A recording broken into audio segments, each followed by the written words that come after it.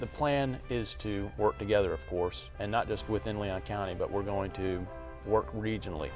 When that time comes, if we have that large of a storm coming, we'll actually transport people using Star Metro to one of the designated shelters.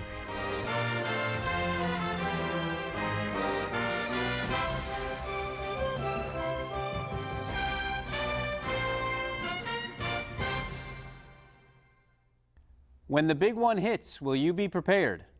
Hi, welcome to City Law, City Justice. I'm your host, Dave Northway, the Public Information Officer for TPD.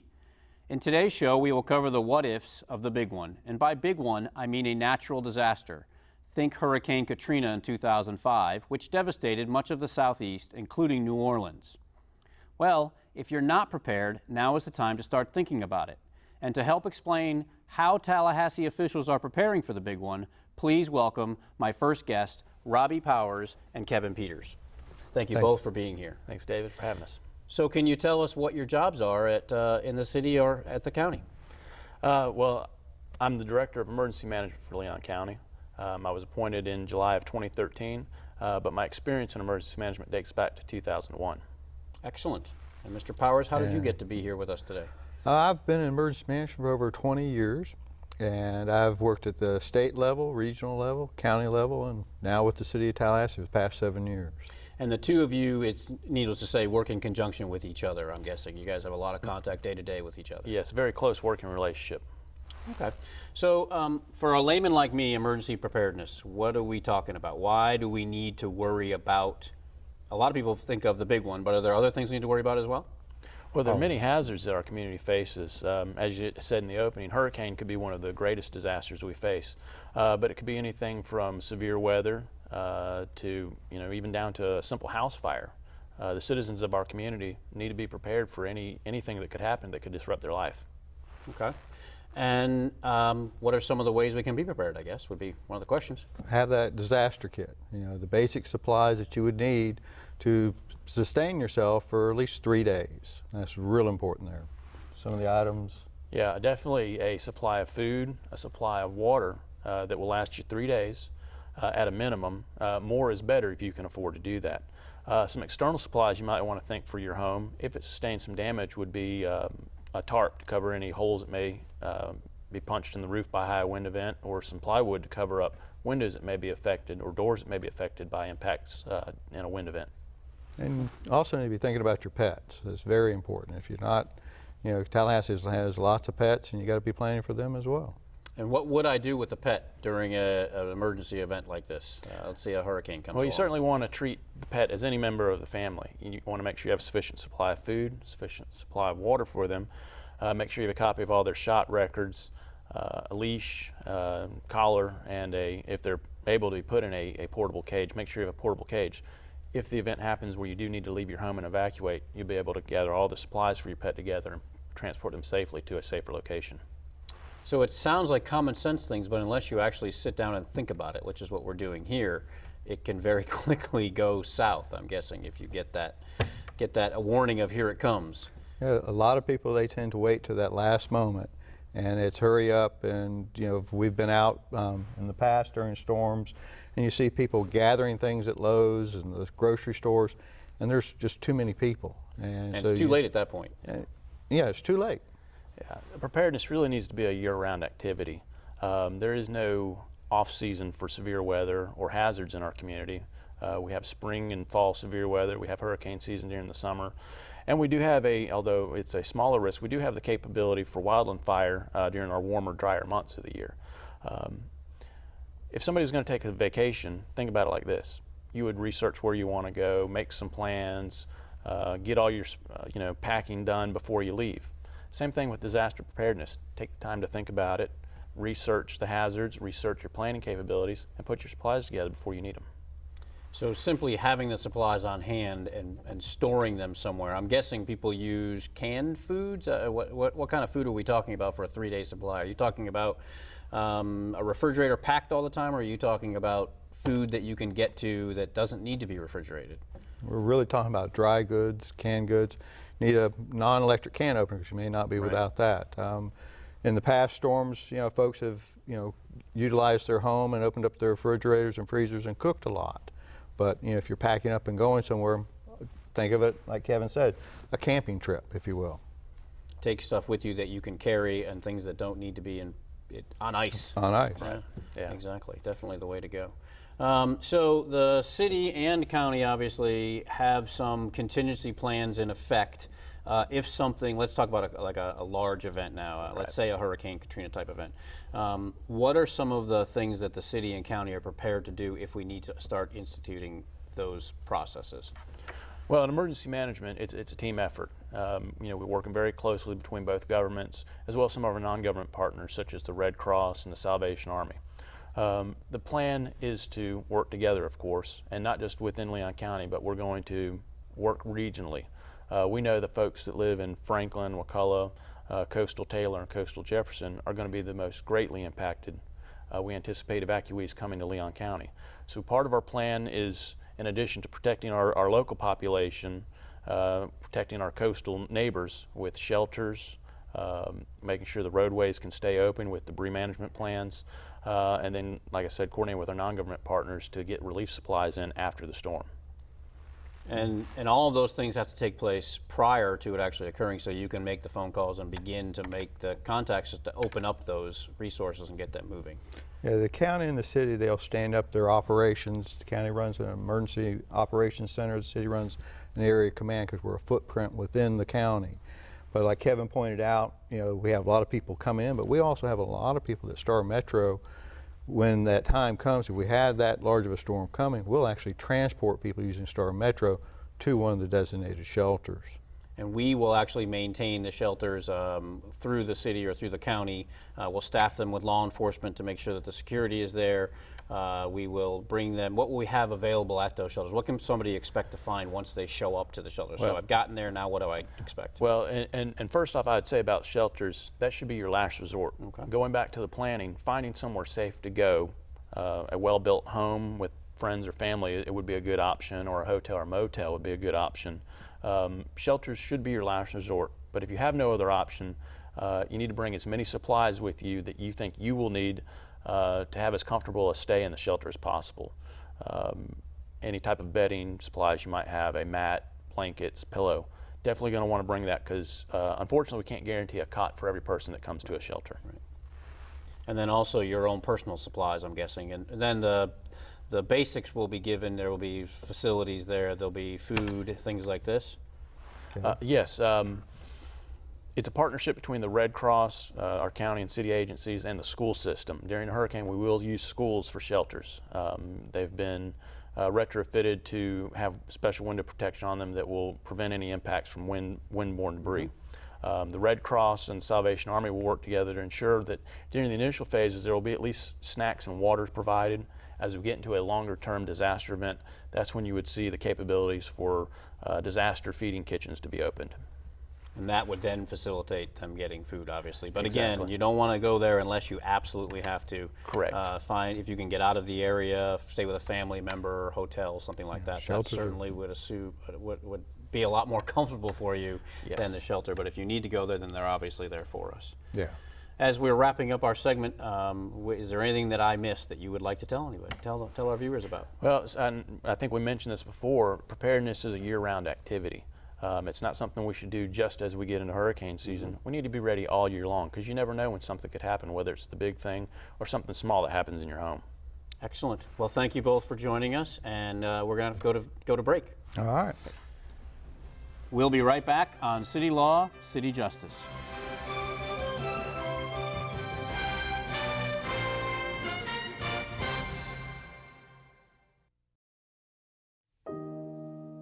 Until all our daughters are safe.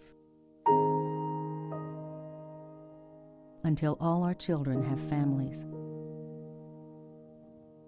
Until all our families have homes. Until all our parents are cared for. We'll be here.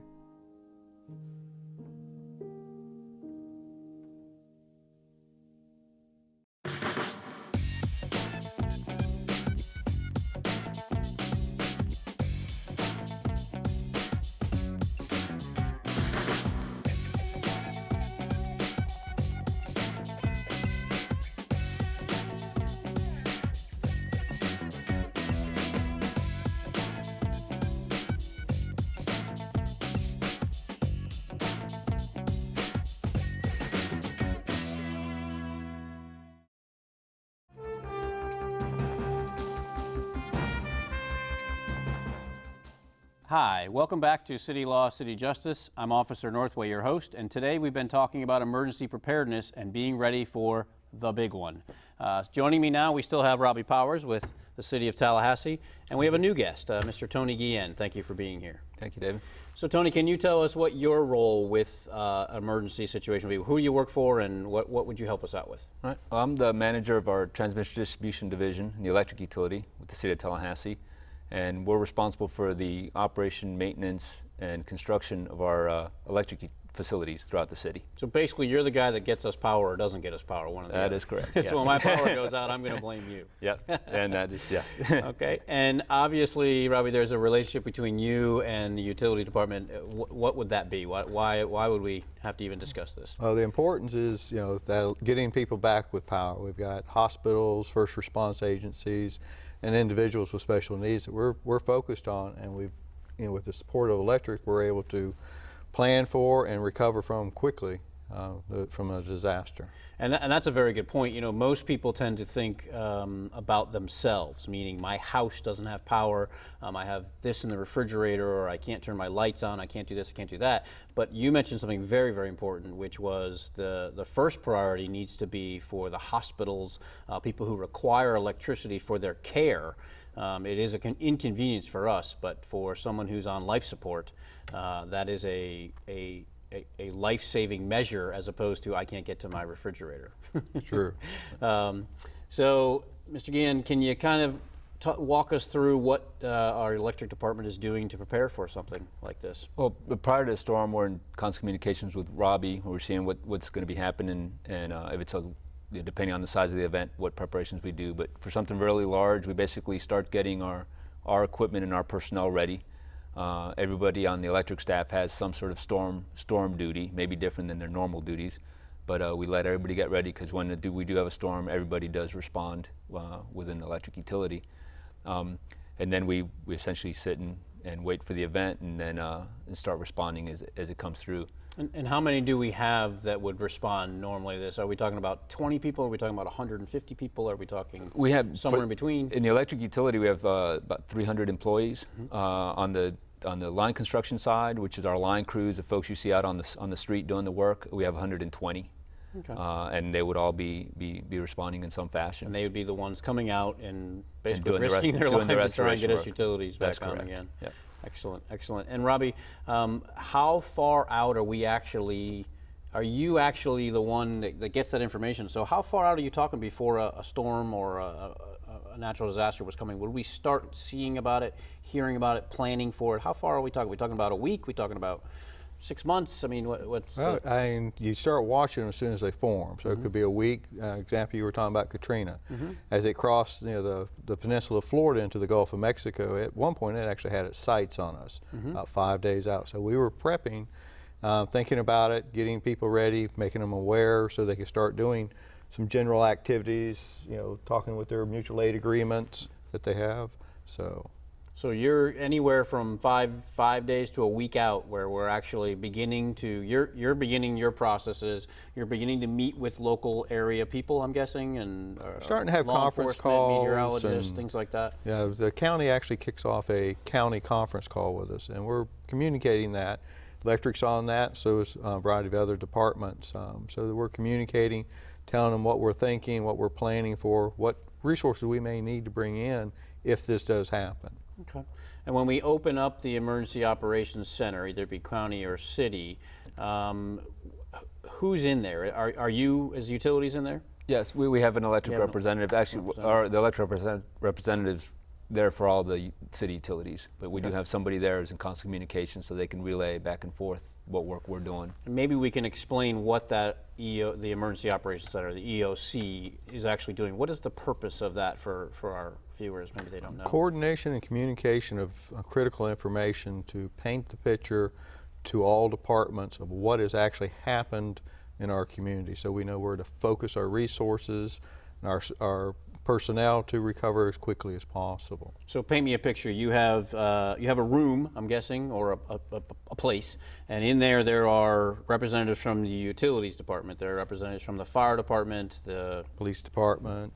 We have Utilities, Star Metro's part of that. We have Parks and Rec in there. We have a variety of different organizations because they're gathering information from their departments, sharing that to us in the area command or EOC. So it's a whole process. Everybody is there. It's the whole big picture. We all know what's happening, and we can all try to move the resources to where they need to be. Yes. Excellent, excellent. So what should people expect when we have a disaster, let's say a hurricane type of disaster? We lose power. What should be the expectation of our citizens for power to be returned? Is there a process that you go through where you, like I said, we talk about the hospitals first, then the next group? Is there something to that respect, or is it simply a local area where if that's affected, that's where we move to? Well, if it's a large-scale event and it affects the whole city, we do have a set process that we follow, and we start out by going with looking at working on generation and our substations, and getting those online first, and then we start working out on the distribution system and trying to get the larger numbers of customers on first, focusing on the emergency areas, the hospitals, and any emergency responders that need power. So it takes a while, but we ask folks to be patient. And I was just going to say the same thing. It sounds like in an event like that, we need to just remind everybody to be patient. Patient, yes. We understand that your house has been affected. That's correct. But again, we are going as fast as we can to get it back as fast as we can. Try to get the most number of customers back as fast as possible. Sometimes you might be an isolated customer, and we get to you eventually, but we try and work on the larger customers and biggest bang for our buck, essentially. Absolutely, absolutely. So we have about 2 minutes left or so in the segment. Is there anything that I've missed that before we go to break? I don't want to miss something that should be talked about that I'm missing. Well, one thing is, if we do have a large-scale event, and we do have mutual aid agreements throughout the state and in the southeast area, and we will have other utilities come in and help us out. So we're not just relying on our manpower, yes, because our folks are affected also.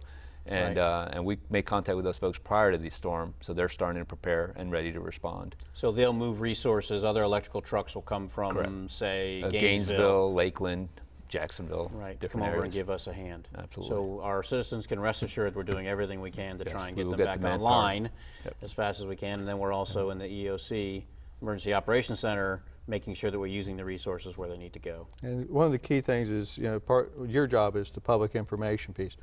We'll be working with electric and the county, pushing out critical information as far as where we're working and trying to make sure they understand the process that we're going through. Right, so trying to get that information out to the public is to make them aware of what we're doing, number one, and number two, that we are working as hard as we can to get it back on. Yes. Excellent, excellent.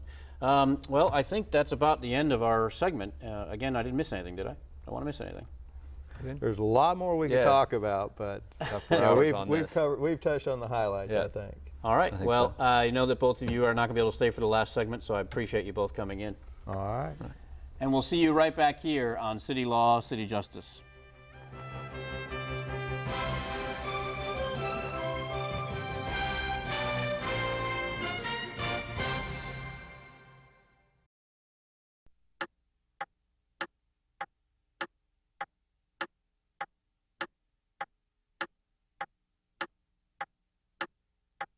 That's been just 10 seconds.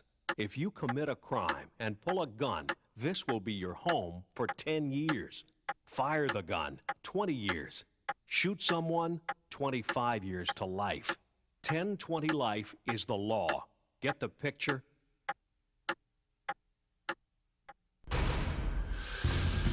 It's a career of courage. It's a career of strength. It's a career of honor. It's a career of integrity. It's a career of pride. It's a career of commitment. Character. Honor. Courage. The Florida Department of Corrections. It's a career of courage. The Florida Department of Transportation is teaming up with the City of Tallahassee to provide its toll-free 511 Traveler Information System. 511 offers real-time traffic reports on all of Florida's interstates, including I-10, toll roads, and other major metropolitan roadways. Travelers can call 511, visit fl511.com, register for My Florida 511 personalized services, or download the free 511 app on iTunes for traffic updates. Twitter users can also get the latest traffic info by following FL511 on Twitter. So buckle up, drive safely, and check 511 for FDOT's real-time traffic information.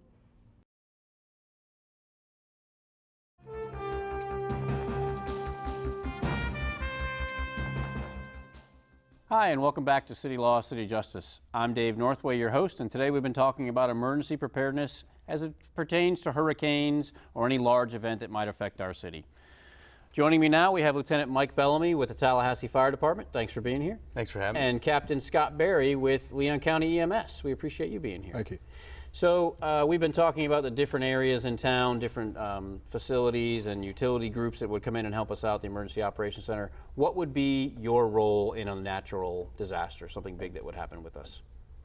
Yeah, well, I mean, it's inevitable that we're going to be facing some sort of natural or man-made disaster at some point. We've both Captain Scott and I have both been around here long enough to have been a part of some of those, and you know, our emergency response has to adapt to these situations. We have to plan for you know, for some of the resources that we rely on to not be available.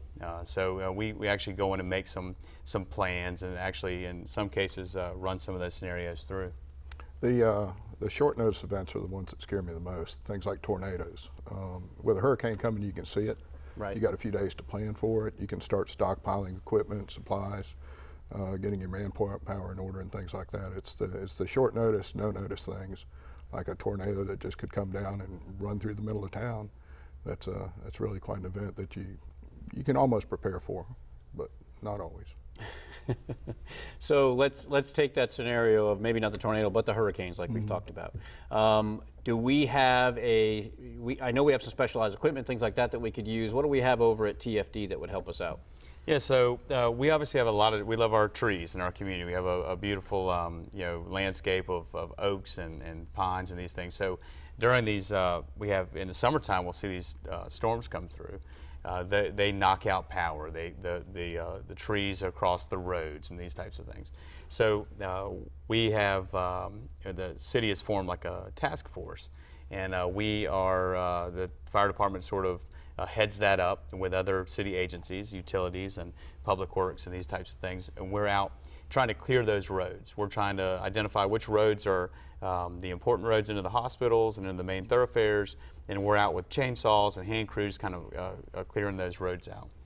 Excellent, excellent. And EMS, again, your main goal is to get people to treatment if needed. Right, to be able to find them and get to them. Locating them sometimes is a problem if there's down signs and things like that. So we use GPS and GIS to locate houses electronically where there might not be road signs or things like that anymore. And then we also have crews where we'll staff 12 hours of a shift and bring the crews in, so we're working 24 hours a day, 2 12-hour shifts, and you know, keeping the trucks running, using the stockpiled fuel and equipment and things we've already put aside to make our responses. Which I think is one of those things that most people don't think about.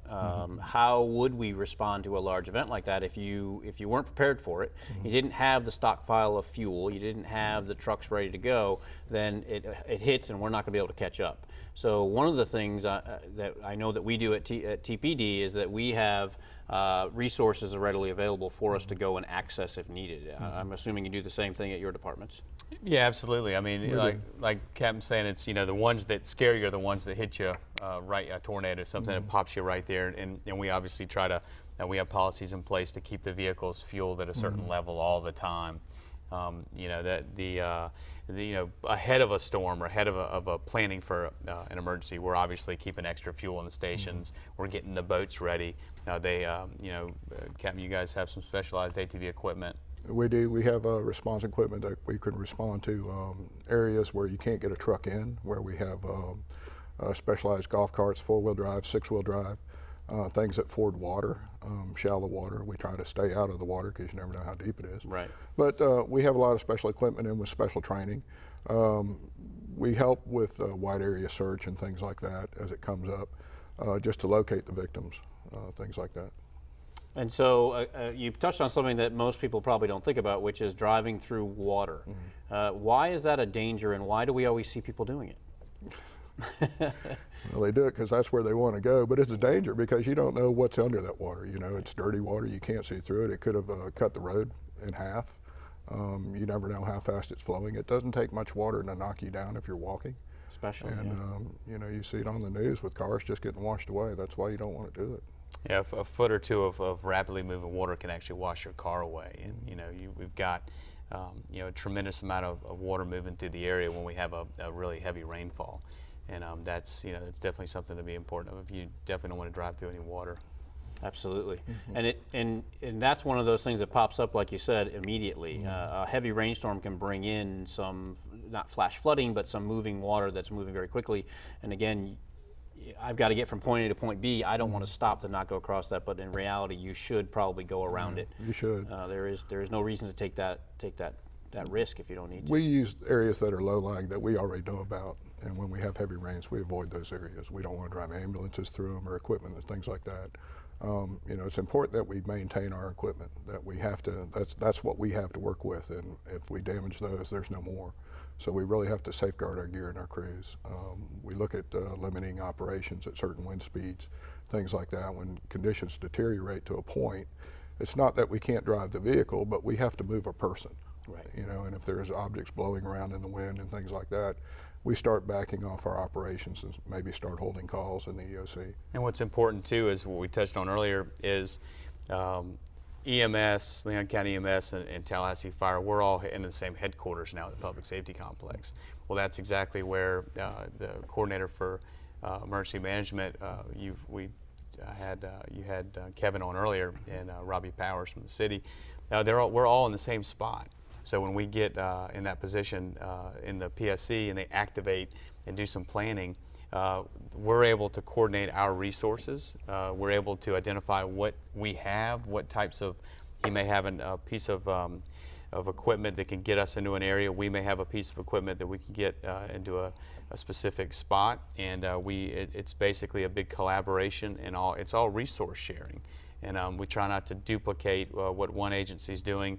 If he's got a piece of equipment that utilize you know, some swift water, then we rely on that. We don't need to buy that piece of equipment. Right, so right. It's a lot of resource sharing. A lot of resource sharing, and that's the whole reason for the Emergency Operations Center, which is to put everybody in one place, and then they can communicate with each other and make sure that our resources are going where they need to be. We're all seeing the same thing at the same time. Right, exactly, the best way to do it.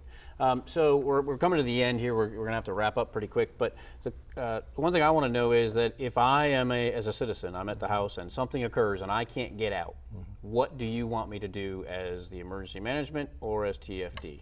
Do you want me to call 911? Do you want me to sit tight? What do you want me to do?